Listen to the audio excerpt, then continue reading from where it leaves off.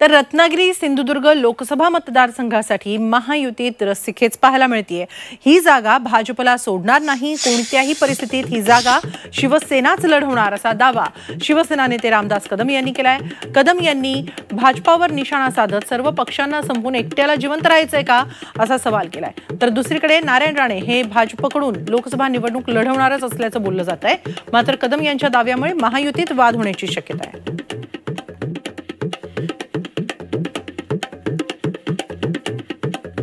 रत्नागिरीला पण सिटिंग जागा आहे ती शिवसेनेची आहे, ती शिवसेनेची आहे।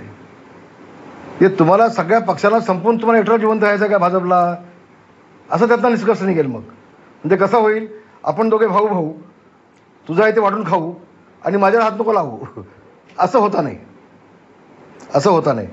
पण कुठल्याही परिस्थितीमध्ये रत्नागिरीची देखील जागा आम्ही सोडणार नाही, आम्ही सोडणार नाही, आम्ही ती लढवणार।